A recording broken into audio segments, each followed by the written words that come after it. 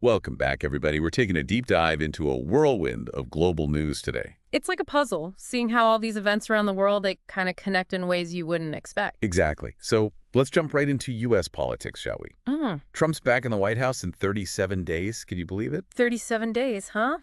Time flies. But the transition, well, it's already hitting a few snags. There's a lot of buzz about who's going to replace Rubio in the Senate now that he's going to be Secretary of State. Yes, the Rubio situation. Trump wants Laura Trump for the job, his daughter-in-law. Interesting choice. Though DeSantis, he's the governor of Florida, he'd be the one actually appointing the replacement, right? Yeah, that's right. And word on the street is he'd rather someone, someone with a little more experience under their belt. That could definitely cause some friction, especially with DeSantis possibly eyeing a presidential run himself. Oh, absolutely. Speaking of Trump, did you hear about that defamation settlement he just won? Oh, yeah, the one with ABC News. $15 million, that's not small change. Nope, not at all. And it's all because George Stephanopoulos, the anchor, repeatedly said Trump was found liable for rape. Which, legally speaking, wasn't quite accurate. The jury actually found him liable for sexual abuse. Big difference, legally speaking, under New York law at least. Quite ironic, if you ask me. Right. Trump, the king of lawsuits, wins one based on a factual correction. And get this, the money's going to a future Trump presidential foundation. Well, well, well. Talk about a plot twist. Now, let's talk about something that affects us all. Daylight saving time. Oh, here we go. Trump wants to get rid of it, says it's inconvenient, and costs the economy money. Like, a lot of people have strong feelings about DST, that's for sure. What's your take on it? There are good points on both sides. Some argue it messes with our health. Others say it's good for the economy. It's a real debate. It really is. And remember, Rubio tried to make DST permanent during Trump's last term. Could be some fireworks there if they disagree on this one. Okay, let's shift gears and go global. Big news out of Syria. The Assad regime, they're out after 24 years. Wow, that's huge. HTS rebels are now in control. HTS, can you give us a little background on them? Well, they started as an al-Qaeda affiliate, but they've been trying to distance themselves from that lately. They even set up a civilian government in Idlib. Trying to soften their image, perhaps? But the question is, will it be enough? Yeah, it's a wait-and-see situation. Meanwhile, families are frantically searching for missing loved ones at abandoned prisons. Just heartbreaking. It really puts a human face on this whole situation, doesn't it? All the political maneuvering, and at the end of the day, it's people who are suffering. Absolutely. All right, let's move on to Georgia. Things are pretty tense over there politically. Oh, what's going on in Georgia? Get this, they have a new president, and he's a former Manchester City footballer. A footballer? You're kidding? How did that even happen? It's a long story.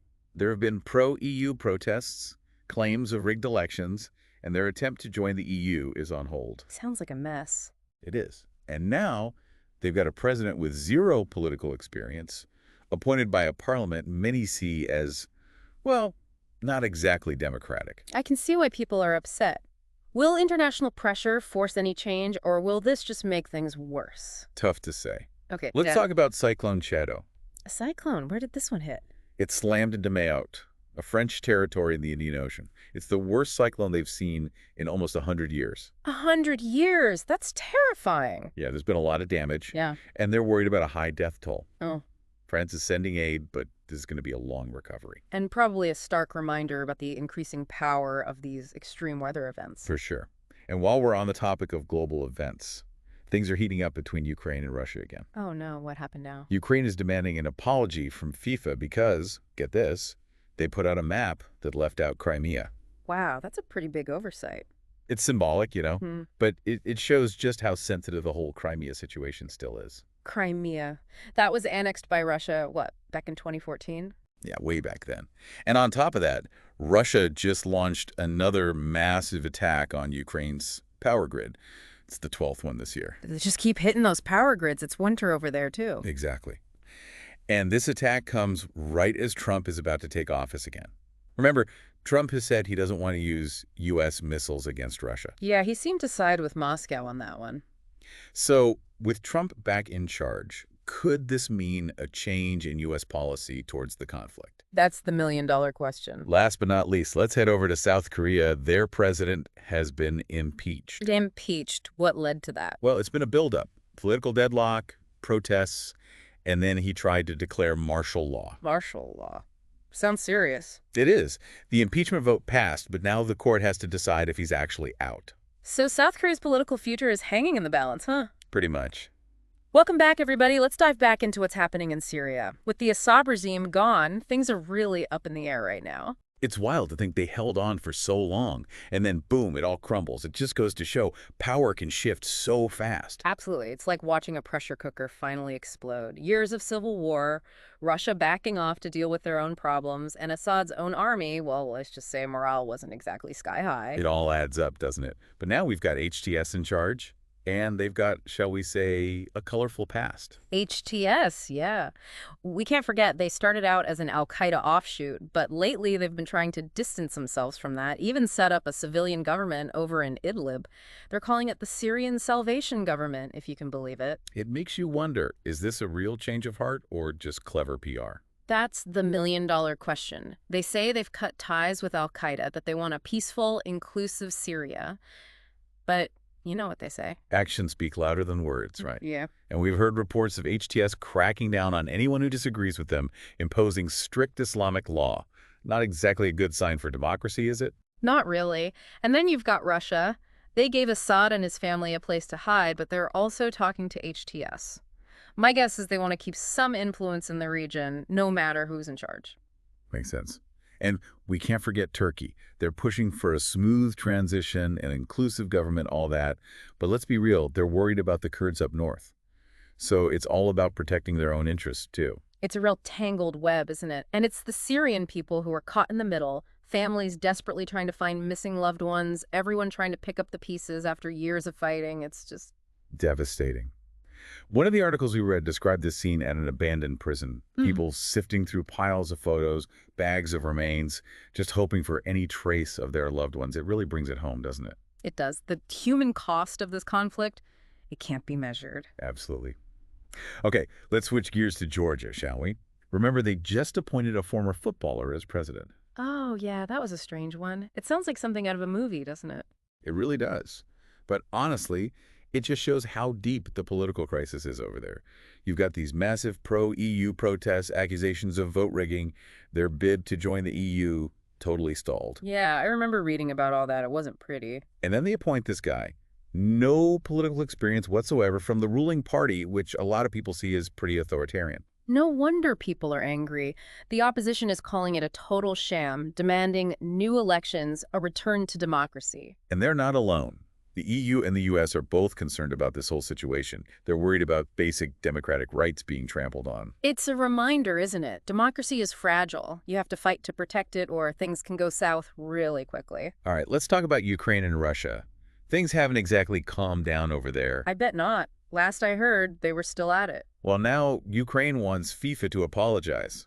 Apparently, FIFA published a map, and guess what? They left out Crimea. Bingo. I mean, it's just a map, right? Hmm. But it shows how raw those emotions are 8 years after Russia annexed Crimea. 8 years, wow. And it's not just symbolic gestures. Russia launched another attack on Ukraine's power grid. That's what, like the 12th one this year? 12th one. It's winter, people need heat, electricity. These attacks are brutal. And bad timing, too, with Trump about to take office again. That's right. And Trump's made it pretty clear he's not keen on using U.S. missiles against Russia.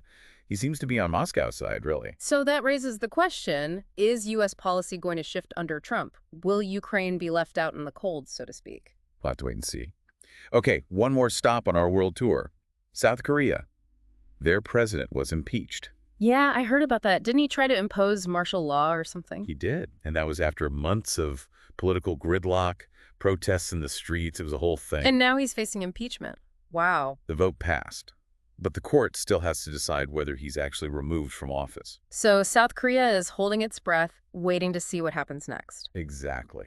Now let's move on to something a little more uplifting. Sounds good to me. You know, after all that heavy stuff, it's nice to see some glimmers of hope, some stories about resilience. Yeah, it's kind of inspiring, isn't it? How people and even whole societies can bounce back from tough times. Absolutely. Remember Dola Posh, the photographer we talked about earlier? Yeah, the one who's using her art to deal with postpartum depression. That's her. She's drawing on that classic image of Madonna and child, finding strength in it. Powerful stuff. Using creativity like that to heal. It shows you can find comfort in the most unexpected places. Yeah, and then you've got Notre Dame, rising from the ashes, so to speak. After that awful fire in 2024, it's finally reopened. I saw the pictures. It's amazing they were able to restore it. And the crown of thorns is back, too. It's like a symbol of, I don't know, faith and endurance. Definitely. Notre Dame, it's like a reminder that even after tragedy, things can be rebuilt, made new again. Talking about symbols, remember Ukraine wanting FIFA to apologize for that map? The one that left out Crimea? Yeah, I get why they're upset. It's not just about a map, it's about acknowledging what happened, respecting their sovereignty. Exactly. It's a reminder that even though Russia took Crimea years ago, those wounds are still fresh. And it makes you think about Syria, too. HTS trying to rebrand themselves, ditch the whole al-Qaeda image. Talk about a PR makeover, right? But are they really committed to change, or is it all just for show? That's the big question. Everyone's watching them, waiting to see what they actually do. I guess that's a lot of what we've talked about today, isn't it? Waiting and watching. We've got all these complex situations unfolding, more questions than answers. Yeah, that's the nature of things, right? The world's a complicated place. But I think that's why these deep dives are so important. I agree. It's about looking at all these different events, trying to connect the dots, understand how it all fits together. Exactly. We've covered a lot of ground today. Politics, conflict, natural disasters, human resilience, the power of symbols. And it's a reminder, isn't it? To stay curious, keep learning, look for different perspectives. The world's constantly changing, and it's up to us to keep up. Well said. Thanks for joining us on this deep dive, everyone. We'll see you next time.